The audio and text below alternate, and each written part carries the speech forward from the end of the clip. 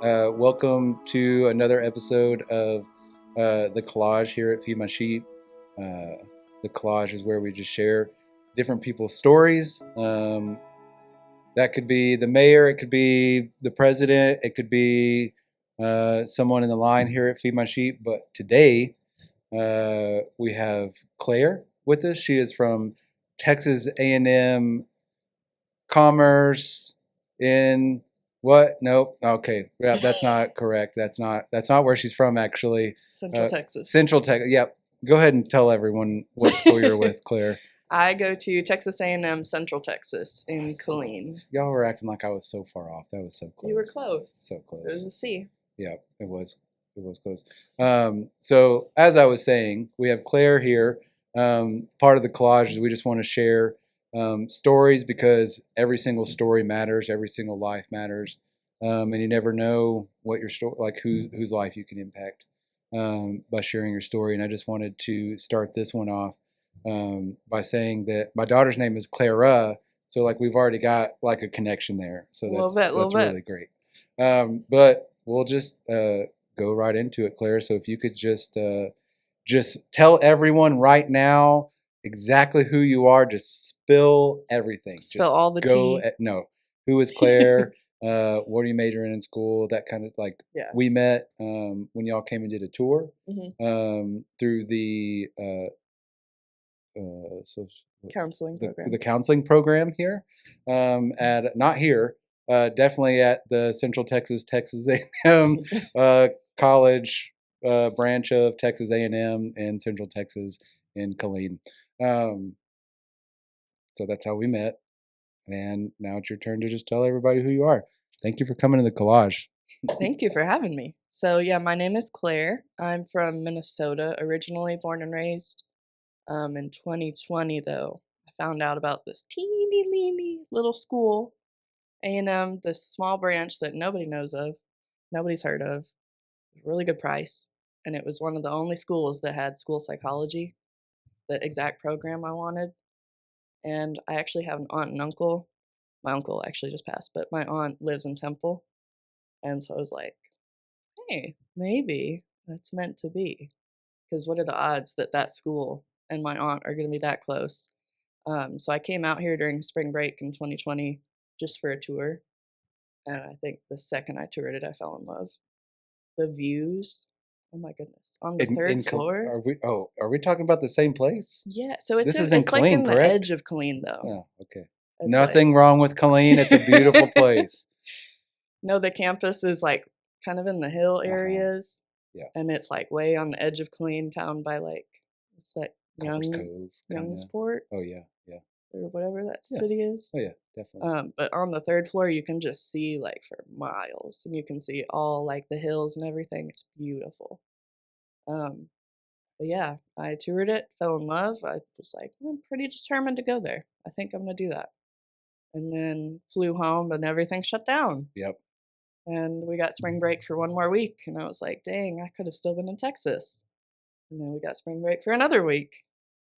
And yeah, that kind of just changed the course of everything.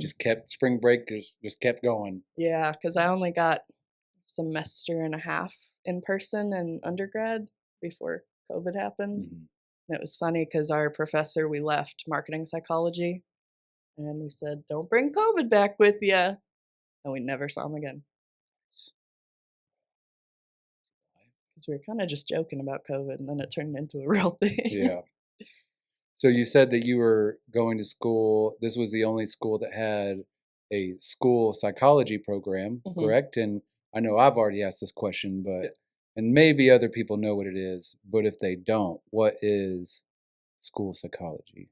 So school psychologists are the people that meet with the student, with the parents and the teachers, and just kind of gather data and evidence of the student, how they act, their attendance, behavior, grades, things like that. And then we test them for like psychoeducational assessments. So it's kind of a blend of mental health and learning disorders. So if somebody said, hey, I'd like you to test my child for autism, I would be the one doing that. Or I'd like to test my child for dyslexia or any realm of special education, I would be the one who says either yes, they qualify under federal and state criteria, or no, they don't, and this is why. But also, if you've heard of 504, Mm-mm. the 504 program is under the Rehabilitation Act. So that covers students with like ADHD or other medical diagnoses. So if somebody's like temporarily injured, they still get help at school. They get special accommodations if they would need that. So we I can think I'm going to determine. need to be tested for some of these things whenever we're down here. Yeah. So what made you want to do that? What got you interested in that field? It's a good question. So I Thanks. was 16 and high school had been really rough. So I decided I was done with that. And luckily, Minnesota has this program called PSEO, post secondary education offering. And that's where you go to community college for free. And so I said, I would much rather do that than ever go back to high school. Jumped in there, took an intro to psych class, realized that I love kids and I love education and I love mental health. And the way that I could put all that together was school psychology. Very cool. What is it like? What is it about um, those fields that you like? What is it about mental health? What is it about psychology that really like piqued your interest? What is it that caught your attention? I just asked the same question in two different ways. Super impressive. um, I guess just kind of like how mental health is never talked about. It's so heavily stigmatized. Nobody wants to talk about going to therapy. Nobody wants to talk about their childhood or any traumas they experience. But I think as a generation, we're starting to get rid of that stigma, and I want to be part of that change. And so, are you current? I know you're going to school for that, but are you currently able to do that anywhere? Like, are you working in a school or anything? Are you able to put the No. things that you're learning into practice? Or So I'll start doing that with the Salado School District okay, next semester, and I'm super stoked about that. But it's like getting real. So I'll have to get some liability insurance in case I make some mistakes. But yeah, right now I'm you're a just kids. yeah, but I just want to cover my butt just Yeah. in case. Right now I'm a private nanny for two different families, so I do two different part-time jobs and then full-time grad school. Do you ever like psychoanalyze those kids? Like, I mean, you're being a real big jerk right now. This is probably why. And they're way too young. Oh, I've got okay. three All right. under two and one on the way. We wouldn't have agreed to that anyways because the parents might listen later on. So, okay, that's awesome. That's really cool. Is there anything?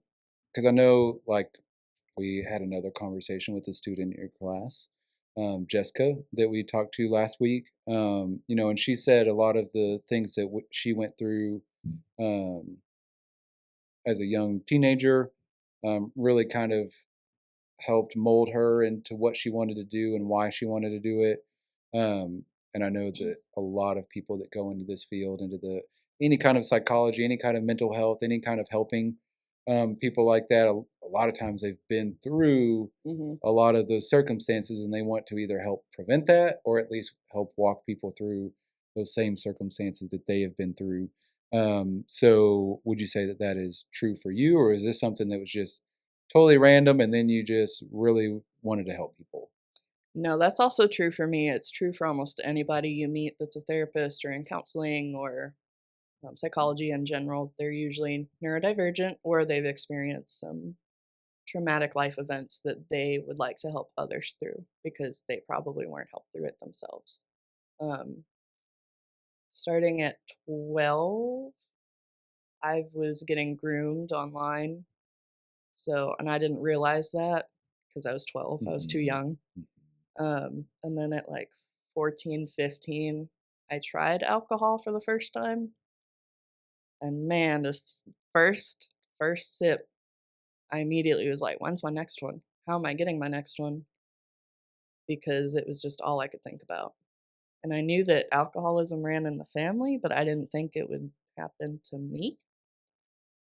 And I just kind of went head first into that and became an alcoholic at 15, 16. Was drinking myself to sleep every single night. Parents had no idea. Would drink at school. Um, would skip church because I was hungover, had thrown up the night before, and I was just in such a dark, deep depression that I was thinking, well, alcohol would solve this. Well, let me tell you, it does not. It does not solve anything. No, no, and in fact, a lot of times it makes things quite worse. Because it's a depressant, and I didn't know that. So if you think it's going to make you feel happier, you're going to escape reality, that's not the case. It's going to make you sadder. It's going to make you think more about what you didn't want to think about in the first place. So that was like at 15. Most people probably wouldn't consider themselves alcoholics at 15 or 16. Um, so that's, I mean, that's a pretty strong statement. How long did that go on? Went on for about a year or so. There was looking back at it, this is so wrong, but there was a 23-year-old that was taking advantage of my friend and I. And he knew that I had a problem with alcohol. So he would get us alcohol Mm. for free in exchange for some inappropriate things that he should not have been asking of 15, 16-year-old girls.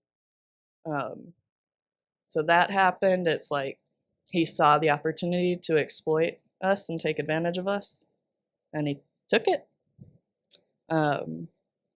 But there was an instance spring break of my sophomore year in high school. I was 16.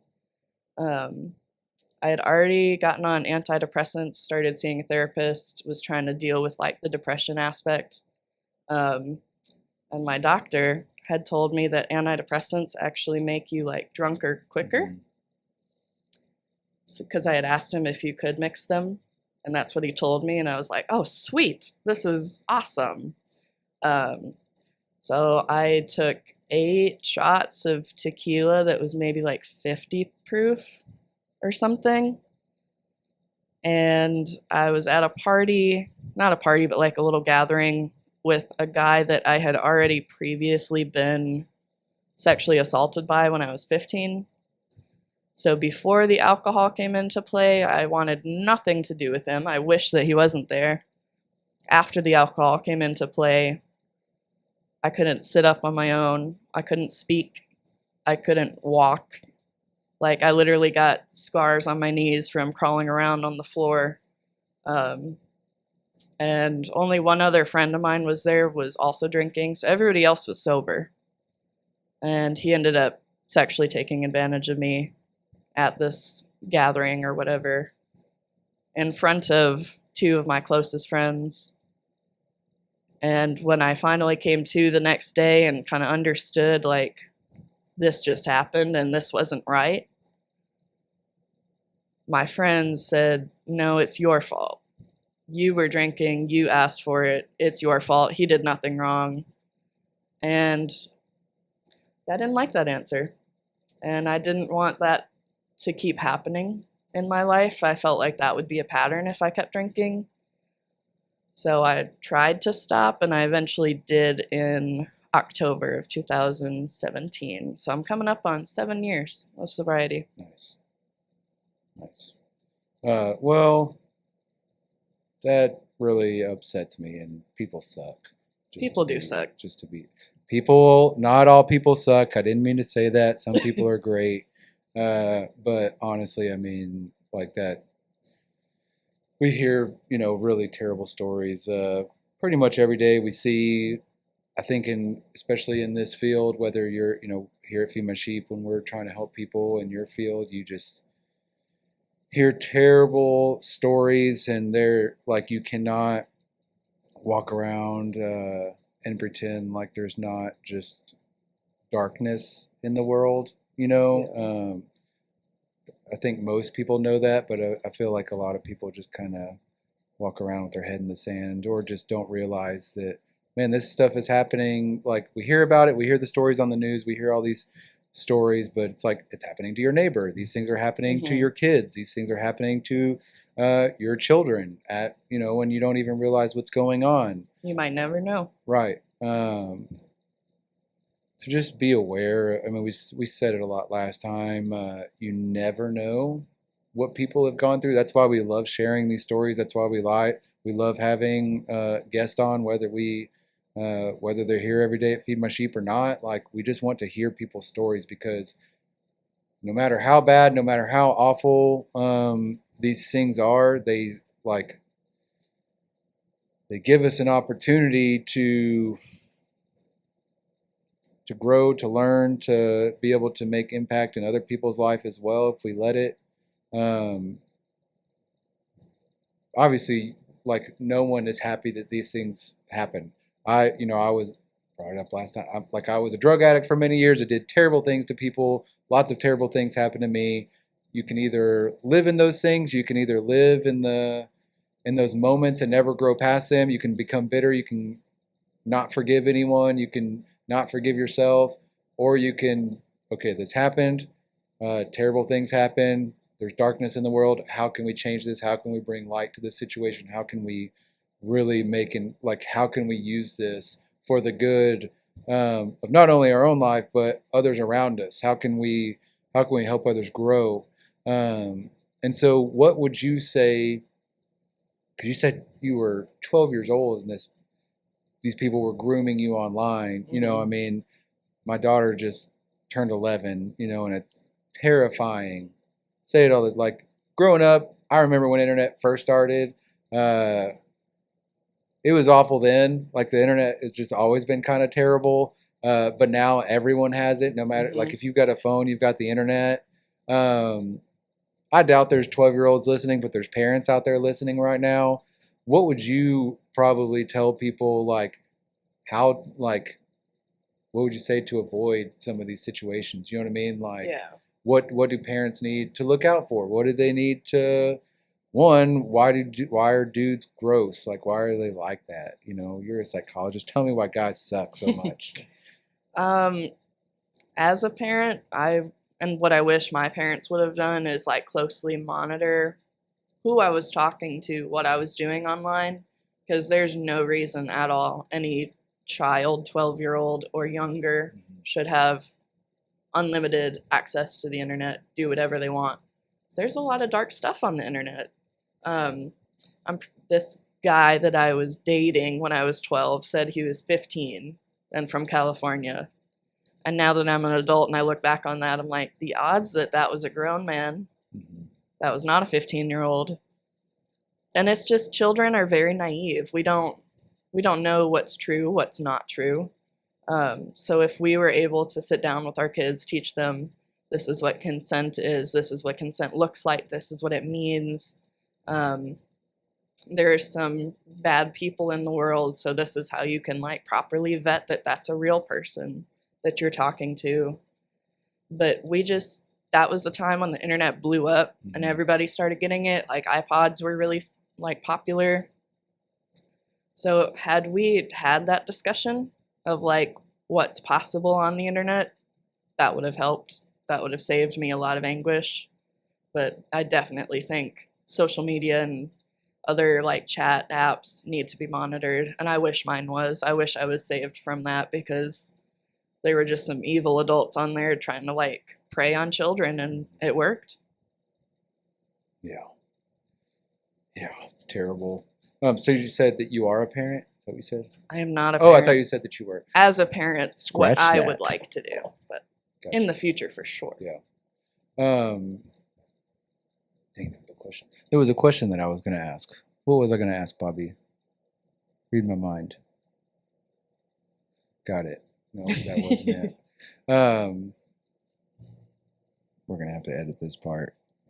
Dang it, I forgot the question that I was going to ask. I had something specifically that I was going to ask you. I think another big reason that a lot of this happened, and why I was so naive and vulnerable to these things, was because I've recently self-diagnosed with autism. And granted, this spectrum is huge, it's super wide, so autism can look different in everybody. It looks very unique for each individual person. But now that research has finally come out about what it looks like in women particularly, I'm like, wow, that fits, and that fits, and that fits, and that fits, and I do all those things. So had they caught that for me back in elementary school and said, hey, you know, you're a little bit different. You're not stupid or anything. You're not nonverbal, but we think you might have autism, and tested me for it and found out, I think that would have changed a lot of things. So disappointed that there wasn't proper research back then, because they only study autism on men and boys, and that doesn't translate to females and women. So had they found that out, things would have been different. So that's also partially why I wanted to go into this field, because I don't want children to have to struggle with a mental health disorder or learning disorder, intellectual disability, and just think that it's just them. There's something wrong with them, when there's a reason, there's an explanation that could really fit everything nicely into a bow. Yeah. I want to come back to that point. I've got some questions on that. But I did want to talk about whenever all this stuff happened, and you realize, I know you said you quit drinking. What was that process like? Did you talk to your parents about it? Did you talk to your friends about it? I know your friend, wasn't much of a friend at that point, after everything had happened. But what was the process of you getting sober, and what were those conversations like? Because I know I remember when my family found out, that I was using and everything, and not fun conversations, but No. Necessary over time. But did you have someone that you could depend on? What were some of those resources that you used for yourself? And just talk about that a little bit. I didn't really have any resources, and I'm one of those people that just was able to give it up cold turkey. And the last time I drank was with my brother and sister, because they were already in college, and I was like, well, let's have this one last hurrah. But I think had I continued to drink, I knew that I was either going to end up in one of two places: jail Mm-hmm. or dead. Mm-hmm. And I didn't really want either of those. So I just took the initiative of, I don't want my life to go down this road. If I keep drinking, that's where it's headed. So I just kind of gave it up cold turkey. But the big thing was when that sexual assault happened when I was 16 over spring break. I eventually did sit down with my parents, because they had already been questioning me about my knees, of like, why are your knees all bandaged up? What were you doing? And I told them, like, hey, while you were out of town, this is what happened. This is what I went and did. And that following Monday, we were supposed to go back to school. And I told my mom, there's some drama going on, and I don't want to go to school today. And she said, okay, and let me stay at home. And she went off to work. And that day I tried to kill myself, because I had found out that the boy that had assaulted me went to the high school and told the entire football team and track team that I slept with him, which I did not, and that I was this like easy like whore, and just saying some really awful, awful things. And I had a best friend, a boy best friend that I had confided in, who was there that night but left early. And so he knew what really happened, and he stood up for me and spoke up and said, are you going to tell them how drunk she was? Which, while he was trying to help, that kind of corroborated the story in a way. So me being 16, melodramatic, depressed, I was like, wow, life is just not going to get better, and this is it. I don't want to live anymore. Tried to drown myself. That doesn't work. Tried to overdose on my medication, and luckily I didn't have enough, so it didn't do anything. But that was a dark, dark, low point. So when I finally sat down with my parents and told them what happened, and told them that I did try to kill myself, then they were really panicked and crying. And you never want to see your parents cry. You don't want to be the cause of that ever. But my mom was like, do we need to put you in a hospital? And I think that scared me. I was like, whoa, no, please don't do that. I don't want to go there. So I tried to like put my shit together. Yeah. One of the things that we spoke about last time, and we've talked about before, but it's just identity. Like a lot of the things that people call us, a lot of the things that we call ourselves, just because of the things that we've done, again, or the things that have happened to us, and we kind of sometimes we tend to take those things on, and we just, oh yes, I'm a failure, yes, I'm a whore, yes, I'm these things, yes, this is all my fault, I did, and we start living these things out Hmm. when that's not Hmm. our identity in the first place. So who do you say that you are? Who do you say that you are now? Who do you say that you are today? First and above all, I'm a child of God. That's my first identity over everything. That's the only reason I'm here, is I'm trying to spread joy and light and love to the world. And Mhm. despite, excuse me, despite things that may have happened, I want to use my experience to help others, or just use my smile to, Mhm. make other people smile, or bring laughter to other people. That's all I'm here for at Yeah. the end of the day. But I'm not gonna say, oh, I'm bisexual and I'm autistic and I'm an ex-alcoholic, Mhm. and because that's not. If you were to look at me in its entirety, I'm just a child of God. Yeah. No, I mean, that's great. Um, that's what it's about. And like, let's not, I wanted to say this too, bringing joy, bringing laughter to people, you don't realize how much of an impact that makes on people. Just like even here at Feed My Sheep, just one, knowing people's names, saying hello to them, recognizing them, speaking to them, just being recognized as a person sometimes gives someone the reason to live. You know what I Hmm. mean? There's a lot of people that go weeks without even being spoken to, without their names being called. And so you don't know what that, a lot of people think that you got to do all these extravagant things to make an impact on people's lives. And that's just not the case. You know what I mean? No. Just being kind to people and just listening, just being Hmm. there for people um, can make a huge impact on people's life. I did want to maybe switch gears just a little bit and ask a question about so um, when people are being tested for like autism and all of these things, is the best route to go through the school districts? Is that like how that usually is, or how could a parent, if there's a parent listening right now and maybe they have questions Hmm. about their child, like what is the best route for someone to go to get tested for these kinds of It's a things? good question. So the best route is through the school because it's free. Mhm. You have not a right necessarily, but a free, accessible public education is a right for all children.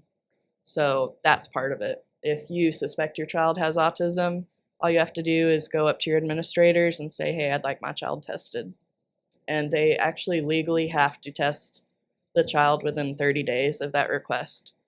So there's a lot of different like federal guidelines on it. You can't be denied unless they have like a super valid reason, but that's a very, very slim amount of cases. But if you want to go outside of the school and get them privately tested, that's expensive. It would have cost me $550 with insurance to get diagnosed, and I just wasn't going to do that.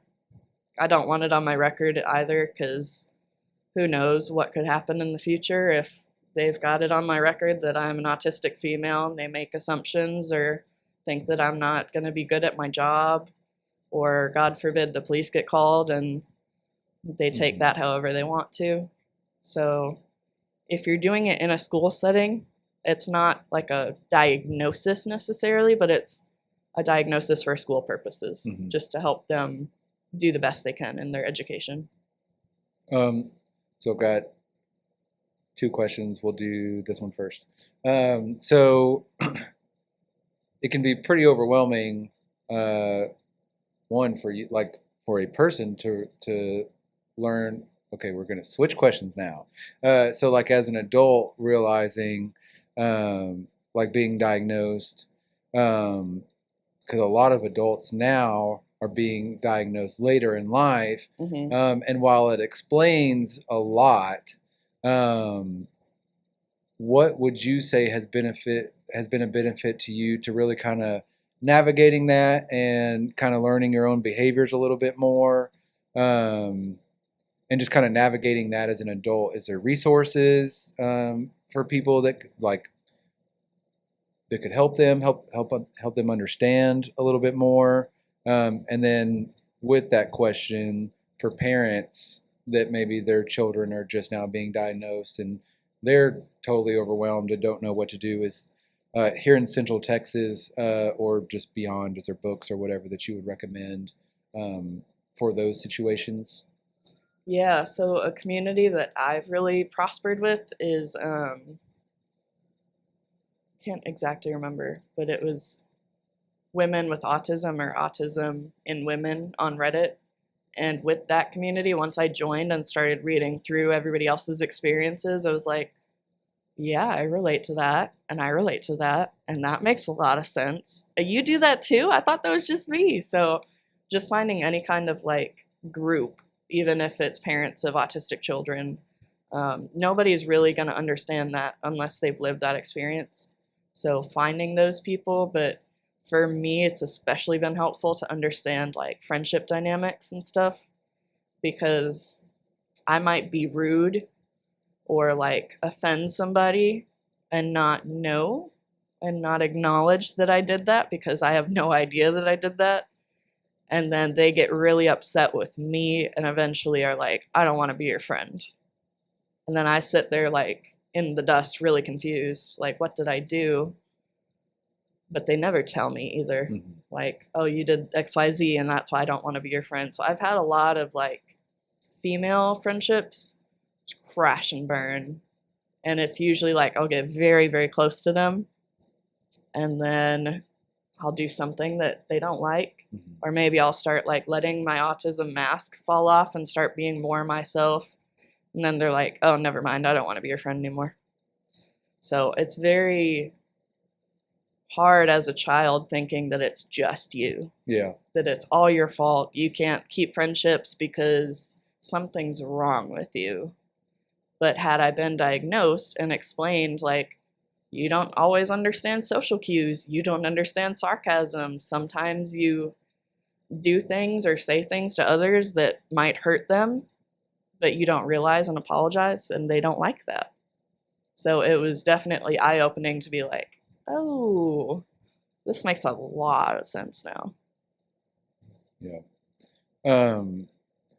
And so like the other thing is, we've already talked about identity, but a lot of times like getting a diagnosis like this with in any of the diagnoses, it can be like, oh, now I am autistic. You know what I mean? Like I am autistic. And so we take that on as an identity as well. And like, yes, that is a part of who we are, but that's not all we are. So it's not that it doesn't have to be this like negative thing. It is a very like beautiful thing. Like it is very amazing. Like it's not a negative thing. Mm-hmm. And I think there's still kind of that like Stigma. scary and negative connotation that comes with it, or like, oh, this is weird, this is different. Mm-hmm. And it's just not the case. You know what I mean? Like I think it goes back to just every single person is so unique and has their own unique qualities, and we can put a name on whatever it is, but it's just they're just people. You know what I mean? And like all of those characters make that up. Maybe you have autism, maybe you don't. Maybe you have ADHD, maybe you don't. Doesn't make you literally any less or more than anybody else. It's just we're just different. And so it doesn't have to be this huge, scary thing. Like it can be something to be celebrated. It can be something to be to what's the word that I'm looking for? To be valued, to be, there's great things about it. And so it's like, dig into it. You know what I mean? Dig into who you are, dig into these qualities that come, and like celebrate those things in yourself and in others.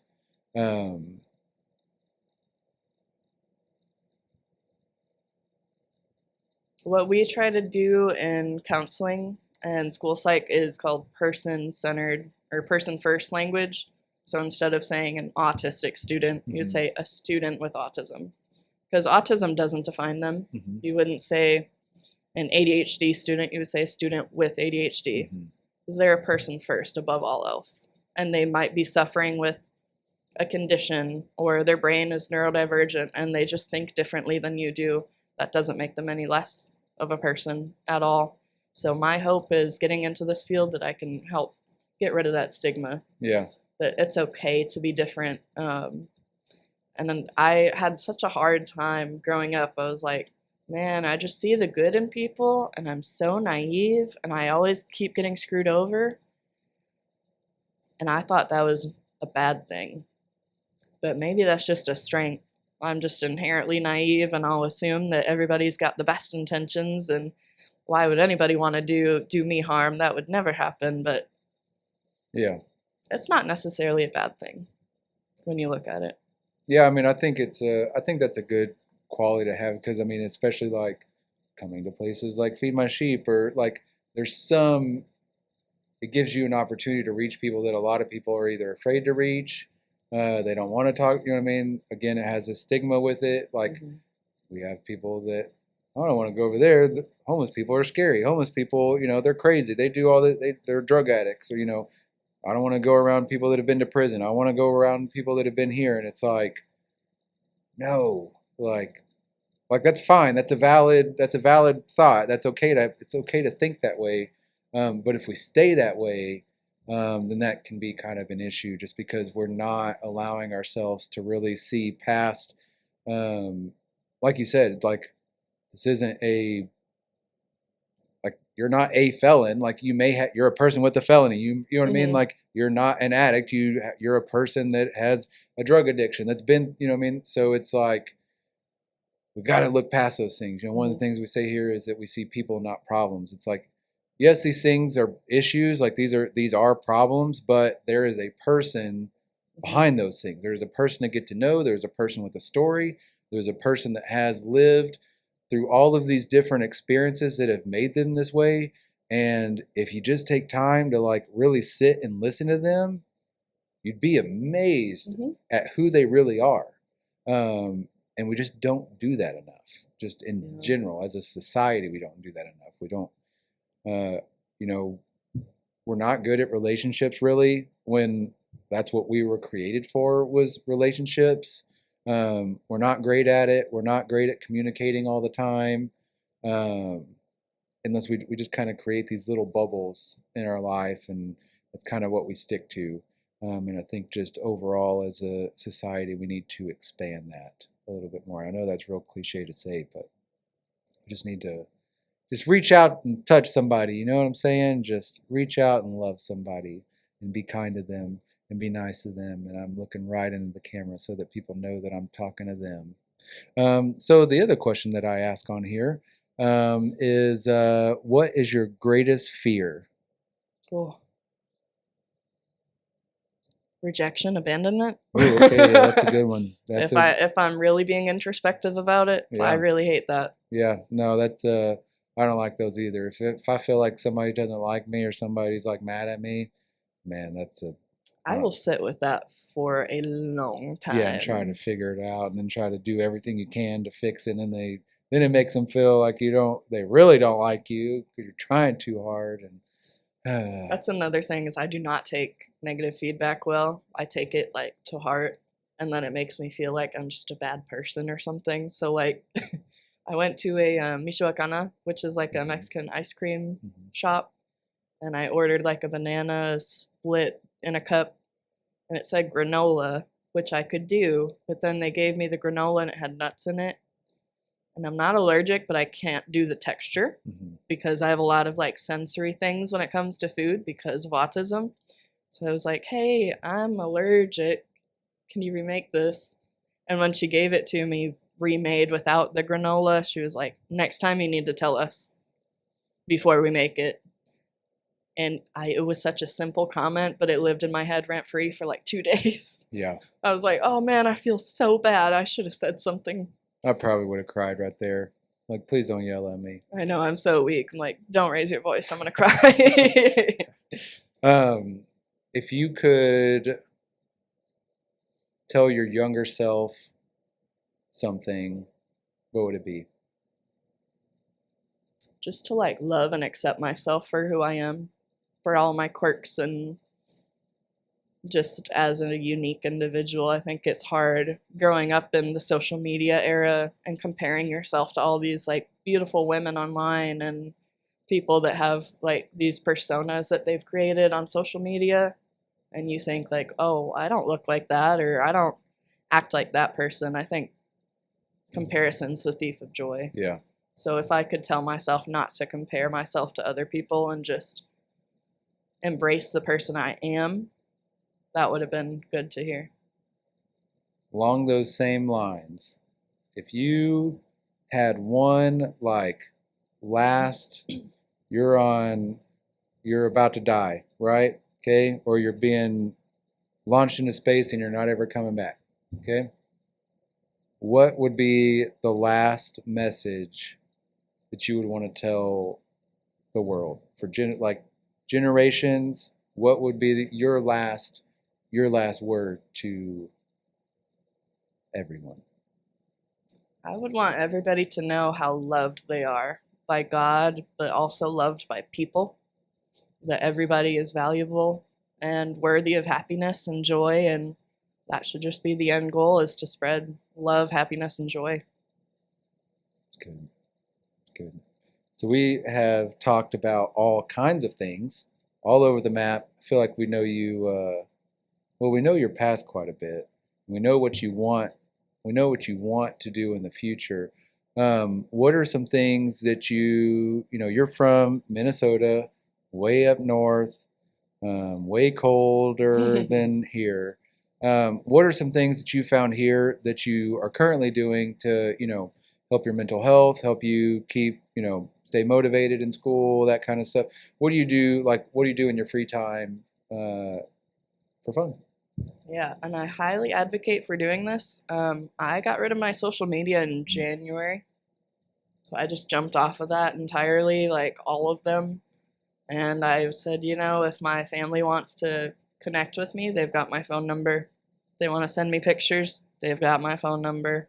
If they don't, that's okay too. I'm just getting sucked into the social media hole. Yeah. Being out of that has been so freeing. I've read 18 books since January. Nice. And my goal is 20, so I've got 2 more left. But I gotta get off social media. So just reading a lot, but reading different genres. Like, you can learn from reading, of course. So just reading memoirs and learning about other people's stories and how they overcame mental health or eating disorders or things like that. I do puzzles. Cool. I'm on my second 1,000-piece puzzle. I'm almost done.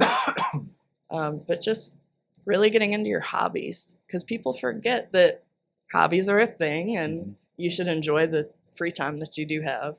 Spend it with loved ones or do something you genuinely enjoy. So I know, like, I've known, several people that are on the spectrum somewhere. My sister, she has Asperger's, and every person has just things they're interested in. Is there certain hobbies or anything that you would recommend for people that have just gotten diagnosed that, hey, this is really helpful for my mental health? This is really help. Is it drawing? Is it, I know you said reading, puzzles, that kind of stuff. But would you say that you've seen is there anything that you have seen that's a commonality between people that, like, oh, crocheting seems to be really helpful for people. Painting seems to be really helpful. Is there anything like that that you would recommend for maybe kids or adults? Or So I like to paint and draw and color and just be creative and get it all out, because not saying that I'm a great artist, but like, it's just fun. And just getting your like inner child out. So that's a good one, but it's all so different, because with autism, it includes hyperfixation. So you could hyperfixate on a food, like you only eat Dino chicken nuggets for a month. Those are great. Those are delicious. They have to be dino shaped. Yeah. But I've read of like other people reading like manuals, or they're hyperfixated on a show, or just anything that you are into, other people will be into it. So even if you think it's so bizarre, nobody's going to want to talk about birds, yes, they will. Somebody will. Birds are cool. Yeah. Awesome. Well, is there? I think some of the lessons that we can take from this is men don't talk to young girls, just in general. Just don't do it. That's Don't do it. Don't be weird. Don't be weird. Parents, communicate with your kids. Let's have more conversations with people.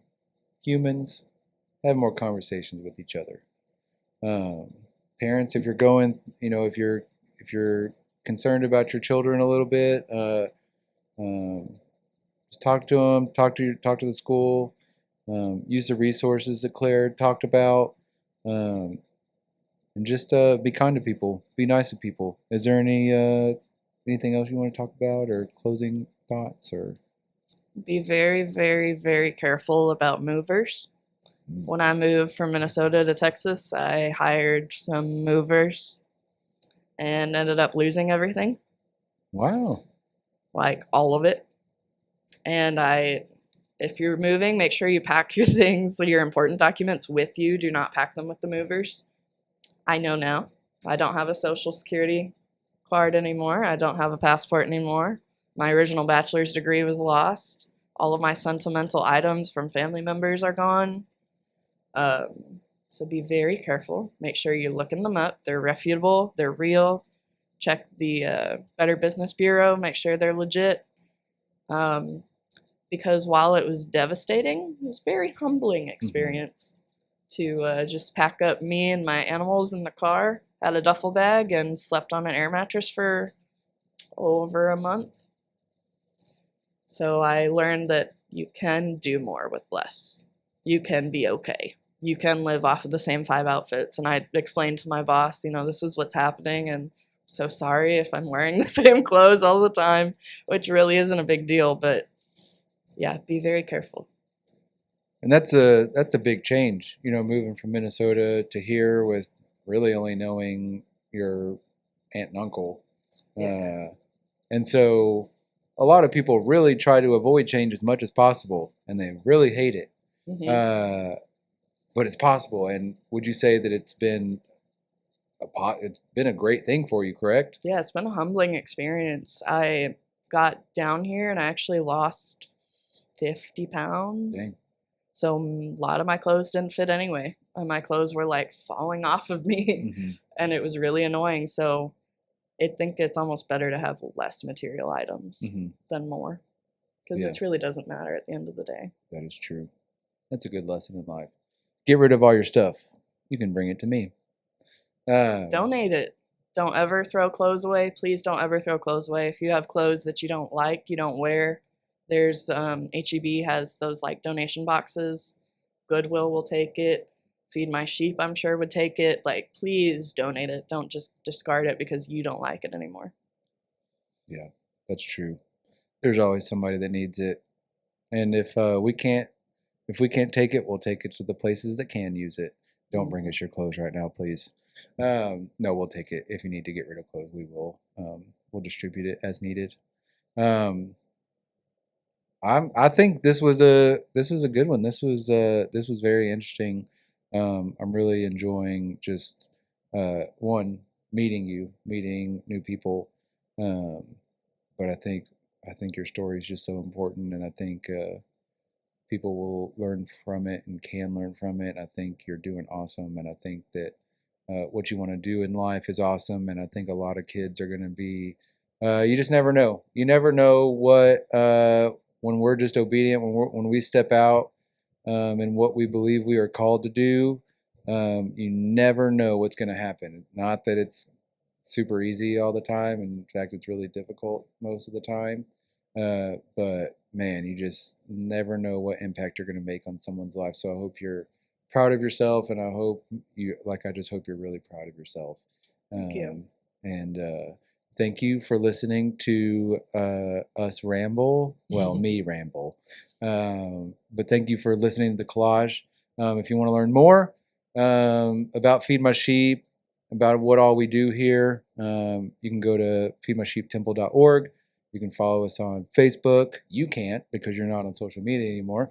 Facebook, Instagram. I think we might have it. We do have a TikTok. I was gonna pretend like I didn't know about it, but we do have a TikTok. And we just want people here. So if you wanna get involved here, if you want to be on the podcast, you can contact Bobby, Bobby, at feedmysheeptemple.org.